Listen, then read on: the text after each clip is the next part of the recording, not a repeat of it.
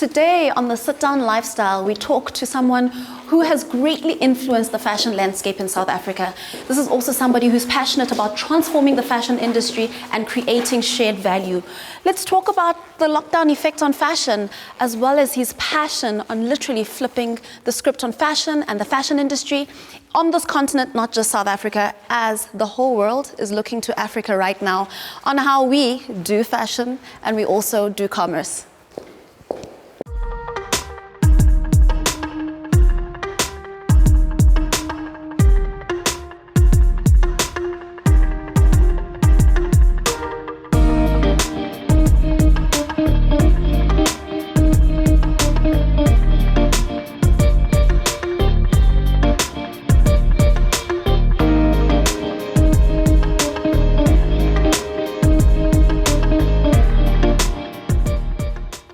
The African fashion industry has taken the world by storm. We've seen influential figures across the continent successfully building household names that have paved the way, showcasing what we're truly made of, and presenting more opportunities for young creators to step up and build a sustainable future for themselves in the fashion industry. One of the people who've greatly influenced the fashion landscape, winning several awards as well as sharing his passion with the world, is Thula Sindi. He formed his brand in 2005 on the back of a South African landscape that was ready for designer wear, that was trendy, dynamic, accessible, ramped, ready to wear. Thula Sindi discovered his love for the arts at a young age, and he hasn't deviated from it since. He joins us today on the Sit Down Lifestyle to reflect on his career, his thoughts on transforming the industry towards sustainability and creating shared value, as well as lessons he's learned when it comes to the business of fashion. Thank you so much, Thula, for joining us on the Sit Down. Welcome. Thank you, Letty. Nice to be here. Let's start right at the beginning. You come from a very creative and enterprising family. And this is not an ordinary kind of setup for a lot of people in the creative industry, where a lot of the stories are ones of, my parents doubted this from the beginning. What made this kind of the career path you chose? What was the kind of support you had as you were starting out? Well, for me, I'm from a small town called Klerksdorp in the Northwest Province. But my parents and my grandparents from both sides were very creative. My mom's father and mother were very creative, just always making their own clothes, making, carpentry. My grandfather was actually a builder, and he taught me a lot. And on my father's side, his mom had a small business where she used to sell vegetables. And she wasn't a traditionally educated person, but she was so smart about business, and she was so strong and direct. And she taught me so much, because she'd always take me with her to go and buy the vegetables from the big market and stuff. And she'd always teach me how to grow a business. She'd use part of her profits to always experiment with something else, whether it was a makipipi or some new little acha or something that was coming into the market. And she'd always be the first one, in our area, to have that product. And it was amazing to observe. And those things, you absorb them without even noticing. Because at that time, I always felt like, why is she picking on me? Why do I have to go with her? And the rest of my cousins did stay at home and enjoy themselves. But it's those lessons that really taught me about creativity and about also applying my mind and my skills. And my family is very creative and very supportive. It's actually my foundation, honestly speaking. And I wish more people would have that. Yeah. But I think it's really changing. I see a lot of you young parents, you're very supportive, and you actually just let your kids develop their passion, because whether they're in a traditional way or they like something creative, as long as they put their full energy in it, it can definitely work out. Absolutely. You've gone on to showcase your designs all over the world. And your passion really was one of the, in a world and in a space and during a time when a lot of designers and creatives were trying to be creative, but not, ready to wear, not going from the ramp to the body. You carved your own path in saying, I'm going to take this from the ramp to the boardroom. What kind of inspired that thought process in how to design? When I started my business around 2005, 2006, I'd interned for a lot of other designers. And I've always loved to be busy, and unfortunately, that's what you have to be if you're not from a well-off family. I had to make clothes when I was in college to, help pay for my fees. So I got to meet a lot of people and a lot of well-known people as well, but through working, not through anything glamorous. And I worked for a lot of other designers like Gavin Raja. I even helped many other designers. But what I realized from what they were doing was that there wasn't a straight line from the creativity, the presentation on the runway, and what people were wearing. And for me, in my mind, it just seemed like a very straight line. Yeah, what people should see should be what they purchase. And it just seemed like a lot of designers at that time were creating dessert. And then all the other brands were creating all the meats and potatoes and the main courses. And I'm like, no, I want to do all of that. I don't want to do special occasion stuff only. I really want to be Monday to Monday. And it's possible for us to do that. So it's so hard to do that in another person's business when they can't see it. So I had to start it in my own.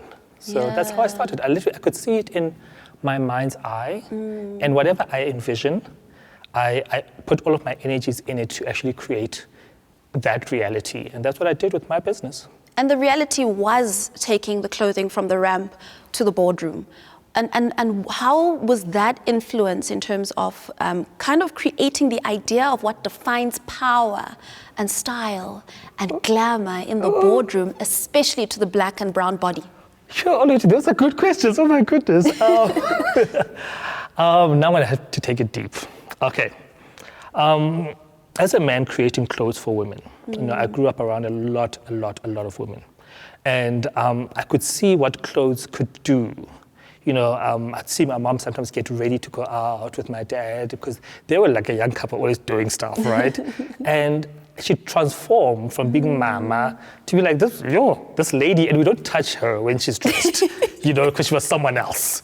And I could see that transformative power, even with my aunts and, my girl cousins. And I was like, you can do that with clothes? I'd see how people would even address her, or it almost seemed like a reality-changing tool just to put on to clothes. Yeah. And I wanted to be part of that. I said, I can see how one can connect even a colorway, a collar. I can define what it is to have all of that. Easy example, when I worked for Gavin Raja, I used to say to him, I love what you do. It's so glamorous, so worldly.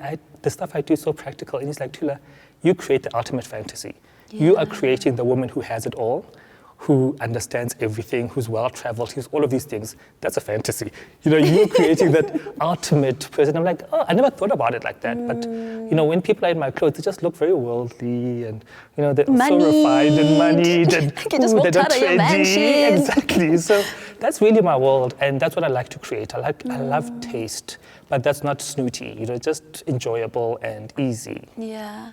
And then you just recently also penned an opinion piece on the transformation and the transformation the fashion industry just went through with the global pandemic. We're going to add on the lockdown as well as load shedding now.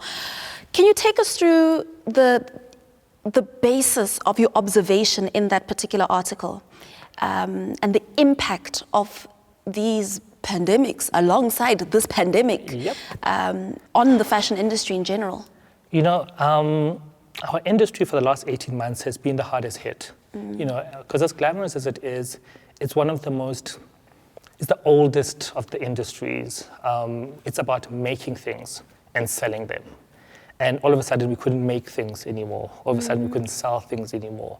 And the entire chain of, from the fabric to the manufacturers, to the retail component was all broken. And that interconnectedness was in danger, because how do we survive this when clothes are not that vital, when people literally are dying, people are looking after their livelihoods, people are being laid off at work. So we had to find a way for us as fashion designers to become important again, in a way that we have to become vital to our community at large. Our whole industry has got to be more relevant to the country. What do we give? What do we do? And we helped in terms of manufacturing. Yes, we've got all of these people that work for us. We had to make masks, and a lot of us had to look at our own domestic market, because for a long time, most of our business was international for some of the brands as well. And we had to say, how can we appeal to the domestic market, because that's all we have. Yeah. All of a sudden, there's no more tourists and African travelers and all of that. And we also had to look at how do we keep all of the components that create fashion. Like, we have these small factories that do either pleating or dyeing or printing, and they needed our collective help as the industry to stay open, or else we'd lose them. So we started all now communicating with each other as fellow designers to be like, hey, the pleating shop is in danger, guys. Can you just come together or order some sort of pleating from them to keep them alive? And which has helped because, this industry is so isolating, but all of a sudden now we're communicating with each other as creatives and as business people, in terms of what opportunities are there for us to keep our staff productive, keep our staff safe? Because our main objective, honestly speaking, was to keep our staff safe because our business, the wealth is in the knowledge of the people that produce our clothes. So, and some of us, our staff is 50, 60, 65 years old. And, even if they're just consulting, but their knowledge is so important, we were scared for them. So we found new ways to manufacture. They were manufacturing from home. We took machinery. We were being so creative and saying, how can we make sure that this pandemic does not destroy what we've built? Because for the first time, we were having existential threat. We've never had that before in this industry. We have never had a war in the country, anything like that. So we've never had something that was a global threat to what we do. So we found interesting ways. We created a circular economy where we're sharing with each other. And even with Africa Rise, it solidified that bond of saying, yes, we might not have a fashion council, but we're individuals who can come together and work together and save our industry. And then on the same article, you make mention of something that's very close to my heart. We wrote about it on Art of Superwoman last week as well. The sustainability in fashion is largely hit or impacted by this big thing called fast fashion.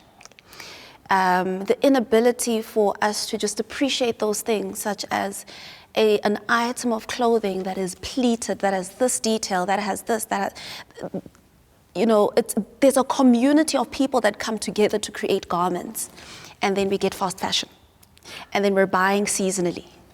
And our wardrobes are we're packing away this season and then throwing away, and then there's the next item. This is largely impacting how we see clothing and how we see fashion and how we see the industry. Yes, and unfortunately, there's such a big machine that is trying to kind of brainwash people into what they deserve. Everyone thinks they deserve to have 15 pairs of jeans and, 30 coats and all of that. And this gluttony, for lack of a better word, has never existed before. Our grandmothers didn't have so many clothes. Rich people didn't have so many clothes. Nobody had so many clothes because it was simply impossible. Because the value chain to make a garment, from growing the cotton, picking the cotton, ginning it and milling it, creating the fabric, creating the pattern, creating the shirt, getting it into the store, marketing it, having somebody buy it. It's so many people are involved in that it has to cost you more than a cone of ice cream. But right now it's so incredibly tough, but there is a pushback. A lot of more people are more concerned about what they buy, where it comes from, and sometimes you don't have to cure these things with education. You just cure them with your spending habits. If you as a person say, I need only 4 good pairs of jeans, you didn't even have to have a mantra against fast fashion. You've made a shopping choice saying, I'm going to be responsible for how I consume.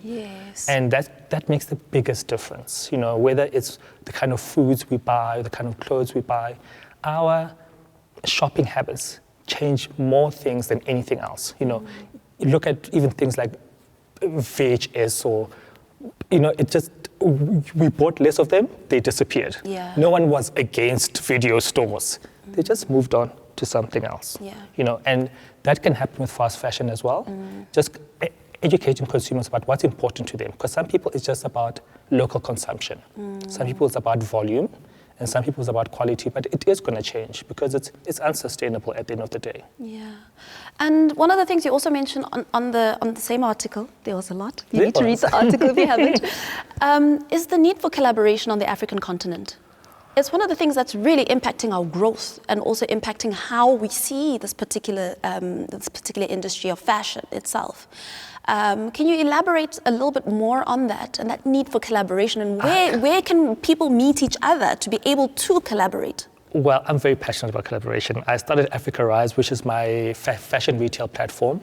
We've got 3 stores, and the whole basis was about where can African designers reach the market together.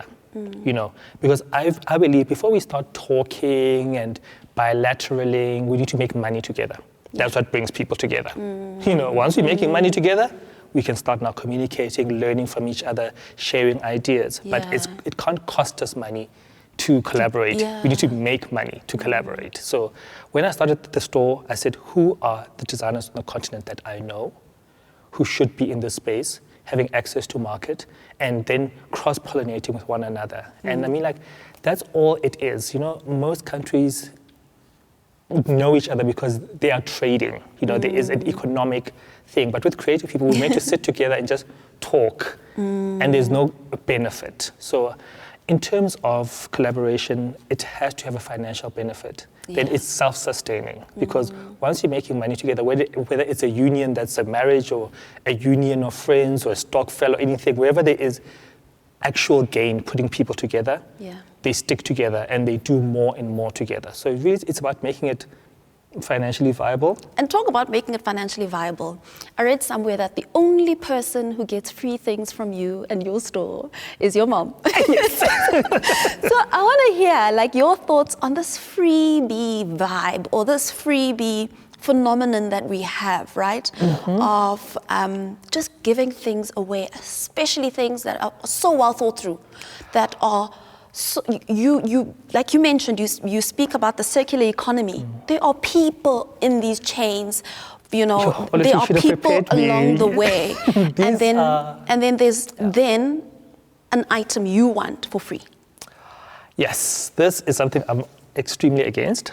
But these things do not come from a vacuum. When I started my career in 2006, like I said, I knew Penny Lebiani, Bonnie Mbuli, and they used to buy clothes from me. And I was in college, I was in third year college, and they used to buy the clothes. Because it was a different world.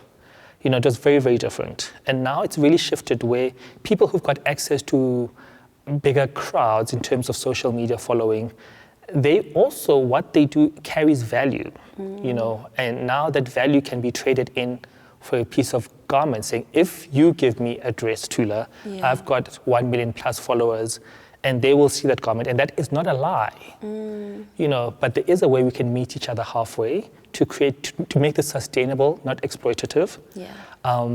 But social media influencers, celebrities right now, anyone who's got dozens and thousands and millions of eyes on them, they do have power, because if it was so easy, everyone would be doing it. It's not easy to continue to have people looking at you, looking at your content. That is hard work. And for people to put their product on you or around you also should carry some sort of, cost benefit to you. So it's very tough. But also, I think influencers can also support those who they really like. I hope they do. And not just go from one to the next, to the next, to the next. If you find somebody you like, maybe just pay for the fabric, just help them to become sustainable, because the better they do, the better you do. And just collaborating, I used to collaborate with, well-known people. It really helps, and it teaches us a lot as well, especially as designers, because we don't have access perhaps to a woman who is not only, let's say, on television, but she's also a mom and does this and that and that. And that communication, it teaches us a lot. I mean, that's always been how this industry has been. A lot of designers have got what you call muses. But those are just women they've got access to that tells you, hey, that dress you made last time, it was a bit too tight, I couldn't go up the stairs. You wouldn't know that as a designer, but this woman that you're in constant contact with tells you how you can improve your work and how you can get better. And that's why most designers actually have muses. Sometimes they're together for decades. So it's a very important thing. It shouldn't be exploitative, it should be collaborative. And I want to go back to a question that I have, and I was trying to form it in my head as you're talking.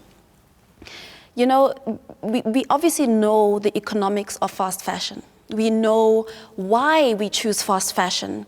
And we also know it's kind of like a quick couple of hundred versus a couple of thousand for Thula Sindi. How do we change, though, the psychology of our younger ones? Because it's our duty now as parents, when we know better, we do better, to change the psychology of our children of, 200 rand for 5 items versus 1 item that is sustainable. What is the process of changing that psyche? That could be very tough. I don't have an issue with younger people indulging in fast fashion, but my issue is with older people who should know better. Let kids enjoy what is available. But you as the parent, remember, you are in charge of the expenditure. So the volume of what they buy in terms of fast fashion can be controlled. But the desire, not so much. And fast fashion, as long as adults don't keep on purchasing from those places, it will be like a phase that younger people purchase, and as they know better, they graduate towards quality garments. But I don't think we need to force 8-year-olds into handmade, organic, 8,000 rands dresses. I don't think that's quite necessary. But I think you're on the right path, right? Because not only are you are you in the industry, but you're also mentoring young designers as well. You've just opened up your third Africa Rise store, and you're basically incubating young designers as well within those stores and kind of helping them along the supply chain and developing their business, not just their foot in the fashion industry. How important is that to you in terms of mentoring them from a young age as they come into the industry? It's very vital. The fashion industry, especially in South Africa, we've got the education side right. I always tell people there's no place like South Africa on the continent. We've got all of these institutions. Even the fly-by-night one's actually kind of good, strangely enough, because fashion is, at the end of the day, it's a trade and a craft. So you have to physically do it. It's like being a plumber. Yeah. If you haven't gone to a proper plumbing school, the pipe will tell you. So it's a very... People here are good at that thing, but the business component of it, there's no clear pathway from graduating and getting into, commerce. There's nowhere for us to get. There's no stores that stock young designers that are developmental, but also aspirational at the same time. So I wanted to create that pathway. If somebody graduates, they say, okay, I've got my year-end collection, I'm going to show it to Africa Rise, and there's a chance I'll be in that store, and I'll build my business from there. You mentioned the past almost year and a half and how tough it's been on the industry and what a big impact it's made on the industry and everyone that is a player in the industry, right from the seamstress to the pattern maker to the pleat maker and the pleat designer.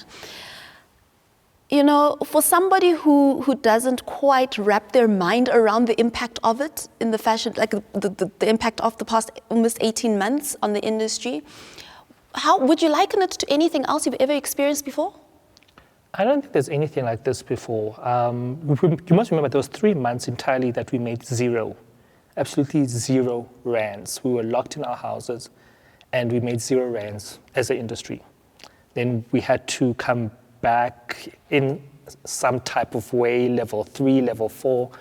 It's unprecedented. And we had to learn new ways to keep our staff safe because we're literally playing Russian roulette with people's lives. If you say people must come into the office and into the studio, how are you going to keep them safe? I looked at the Solidarity Fund, and they've got this amazing toolkit on their site, a Solidarity Fund, Solidarity and it tells you how to keep people safe about the mask wearing, the ventilation, and the social distancing.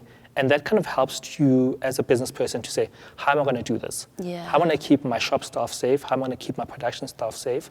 But we've never experienced something like this, and we're still experiencing it. We're not even done with it yet. Yeah. We're not. And there's the vaccination component. And as much as I love seeing all the elderly people get vaccinated, and I'm so happy when my parents did, we still have work to do in convincing, our older people as well to be like, no, guys, you have to go, because the sooner you go, the sooner we can go. Go. So we're still in it, and the world is finding new ways to cope. And we're looking at other industries and other regions and how they're coping with the aftermath and the post-COVID. But we're all waiting. Every week is a different week. You know how it is. And when you look globally, is there any kind of recovery that you're seeing or any kind of hope of a full recovery to some extent? We'll never be the same, but I think we can be better. The pandemic has taught us how to do things a little bit better. I don't think things will ever be the same. We've lost a lot of competitors. A lot of businesses have closed. And, once something ends, it's not the end. There's some ramifications. So there's going to be months, if not years, of a lot of closures, a lot of retrenchments. The industry has really, really suffered. And you must understand, fashion, we depend on demand. We are not a necessity, so we can't even create that demand. We can try and make pretty clothes and try and attract attention, but if you've got to decide between school fees and a pretty dress, it's going to be the school fees. Yeah. You know, so we have a very steep hill to climb. And luckily for those who can sustain and who've got access to credit and access to good landlords and good networks, they can hang on. But many of our competitors and our contemporaries have fallen by the wayside. And that's why it's even more important than ever to collaborate and work together. Because if you stand by yourself, especially as an independent designer, you're more likely to fall. But if there's a platform like Africa Rise where we can all say, okay, if our individual small stores have got to close, we still have presence in the major locations through these shops and through an online platform. We can weather the storm that way. Yeah. You've been in business for a long time. Not that long. I'm 37. I've been in business for 15 years. It's just that a long time. I never took a break. You know, most people don't understand. It's so strange. Most people even remember me from very long ago. Yeah. But I used to go out clubbing when I was 13. So the timeline in people's minds are like, but I've known you for 22 years. How is that possible? I'm like, you met me when I was 13. That's grooving. So, like where my question is going is, I mean, you must have gotten your fingers burnt along the way. Well, haven't we all? You know, for me, it was twice, but spectacularly so. Because, you know, when you want to grow your business, that is the most precarious time, because sometimes you need a business partner or you need a business loan, or you're thinking that, you know, you can't go to the next level without extra assistance, because you see how other people grow. All of a sudden, they've got a board of directors or they've got this, and you think, perhaps that's what I need to go to the next level. And you honestly don't. That's what I've learned right now. Business partners are hell. Perhaps I was married to a business partner, maybe I'll think about it, but like, it's really not worth it, especially in the creative industry. You must just hire people, honestly speaking. If you are not confident about the financial side or the legal side, just hire people and pay them. There's no need to take on a partner because you do everything at the end of the day. And that's really kind of something I wish I could have told myself like 7 years ago. You've got time now. Yeah, now I know. You're still young, you've got time now. Absolutely, and now I grow my business on my own. You know, I go to my own meetings, I conduct, and also that comes with age. You know, I started really young. Most people don't know, I used to have a make-believe assistant because my voice used to be so tiny when I first started my business. I was 21. And people were not taking me seriously. So I'd have a PA that would call on my behalf, and that was just me. But with age, you know, it just gets easier. And you can get into a room and ask for what you want. And it gets easier and easier and easier. I promise you, right now, I find business to be the easiest it's ever been. Even with the pandemic, I feel like if you've got a great network of people, and if you're also a good business person who communicates and who keeps their word and who has a staff that grows with you, which has been really, I've had people that have been with me since we started. Sure. From day one. So, and I poach the rest from bad payers. So all the designers that pay their people badly, I just steal their stuff and grow my own business with them because you have to treat people well. Because for me, it's about paying staff well, and because our business, we really honestly make expensive clothes. So people that make those clothes should live well. Yeah. And I love flexible hours as well. We work 4 days a week in my company. And so every weekend is a long weekend for us. And because love it. Creating your business is creating a universe that you want and creating the kind of place that you want. Because you hear people complaining about, oh, at work is this, at this. It's like, I will never have a company where people need to work 5 days a week. Yeah. I just won't. There's no need to. You know, if you look at other communities like the Jewish community or the Muslim community, they've got their own strong beliefs and their businesses follow their beliefs. So I don't have those strong beliefs, but I do believe every weekend should be a long weekend. And retail staff as well should be paid well, you know, and we don't even work with commission because I don't feel that retail staff should be incentivized to follow people around the store or hard sell or compete with one another. It's nice when we have got a shared target. So I've created kind of the place that I would like to work, and I've created that for other people, and that's something that is my small little legacy, and hopefully I can grow more and more from there. I love it. I love it. So you've always got something up your sleeve. You're always working on something. What are you working on right now? Right now, I'm working on bringing a very interesting brand to the country. I can't say what it's called yet, but it is a continuation of my love of the continent. It is going to be big. It's something that we've all been wanting for so long, and I'm talking about designers across the continent, manufacturers across the continent, retailers across the continent. So, and it's coming in November, so it's very, very soon, and it's a huge continental collaborative effort, and I'll stop it there. So hopefully we can get the scoop. Oh, you will. You will. You Hopefully might we can even get the get scoop some as of the soon as- product first. Yes. So that's very exciting. And I'm more excited because you've literally just pioneered the essence of just Africa and the woman who, you know, there's a picture you posted on Twitter, I think it was 2 weeks ago, when your caption was, if you want to see where my designs go, here you are. Like, Tatan, look here. And that for me just epitomized, like, if there was ever a question of just the embodiment, the look, the feel, and the essence of how women adorn your clothing, it is just that pride, that, like that woman who's walking, I always just imagine this staircase, that woman who's just strolling down that staircase, you know, with a glass of champagne in her hand. And it feels good. It feels good to see women we aspire to look and we look up to, adorning your clothing and also just understanding what you stand for too. So thank you for giving us something to look forward to as well. Thank you. And for me, it's very heartwarming, and it's been a labor of love. And this is my life's work. There's nothing else I'm good at. So I'm happy that people see that I love them, I love what I do, I respect what I do, I respect my customers, I respect my vision, and there's just so much more to do, and I can't wait for you guys to see it. We can't wait.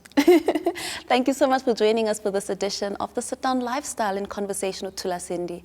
Until next time, cheers.